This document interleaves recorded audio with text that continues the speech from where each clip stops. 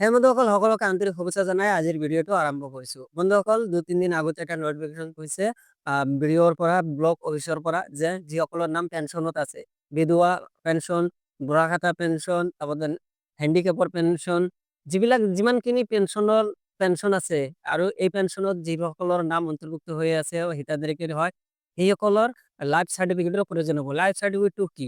Life certificate হ'ল আপুনি জিন্দা আছে নে নাই এইটো প্ৰুফ দিব লাগিব চৰকাৰক। সেইকাৰণে লাইফ চাৰ্টিফিকেটটো দিব লাগিব। লাইফ চাৰ্টিফিকেটটো আমি ক'ত পাম, কেনেকৈ বনাব লাগে আৰু কি কি কৰিব লাগে, কি কি ডকুমেণ্টছ লাগিব, সকলো তথ্য আজিৰ এই ভিডিঅ'ত আপোনালোকক ক'বলৈ মই যত্ন কৰিম। তেনেহ'লে বলক আমি ভিডিঅ'টো আৰম্ভ কৰোঁ। বন্ধুসকল এতিয়া আমি মূল কথা পাতো যে লাইফ চাৰ্টিফিকেটটো কেনেকৈ বনাম বা ক'ত পোৱা যাব। বন্ধুসকল লাইফ চাৰ্টিফিকেটটো একচুৱেলি এইটো আপোনাৰ পঞ্চায়তৰ মেম্বাৰ আৰু কালেক্টৰ আছে। মূলতে টেক্স কালেক্টৰ আপোনাৰ লাইফ চাৰ্টিফিকেট দিব।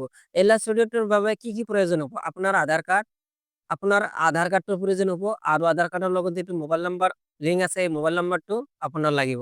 এই দুটা হ'লে আপুনি লাইফ চাৰ্টিফিকেটৰ বাবে এপ্লাই কৰিব পাৰে। কালেক্টৰ যিবিলাক আছে সেইবিলাকে আপোনাৰ লাইফ চাৰ্টিফিকেটটো বনাই দিব। এই লাইফ চাৰ্টিফিকেটটো বনাবলৈ হ'লে মাত্ৰ দুটা কাগজৰ প্ৰয়োজন আছে। এটা হ'ল আপোনাৰ আধাৰ কাৰ্ড আৰু এইটো হ'ল আপোনাৰ ভোটাৰ আইডি কাৰ্ড আৰু লগতে মোবাইল নাম্বাৰটো আপুনি ৰেডি কৰি লৈ যাব। গতিকে যিসকলৰ নাম এই পেঞ্চনত অন্তৰ্ভুক্ত হৈ আছে গোটেই সকলোৱে লাইফ চাৰ্টিফিকেটটো অতি সোনকালে বনাই লওক, কিয়নো নহ'লে আপোনাৰ নামটো কৰ্তন কৰা হ'ব লিষ্টৰ পৰা। বন্ধুসকল আজিৰ ভিডিঅ'ৰ ইনফৰমেশ্যনখিনি ইমানেই আছিল। যদি ভিডিঅ'টো ভাল লাগে প্লিজ লাইক শ্বেয়াৰ কৰিবলৈ নাপাহৰিব আৰু নতুন হ'লে মোৰ চেনেলটো ছাবস্ক্ৰাইব কৰিবলৈ নাপাহৰিব।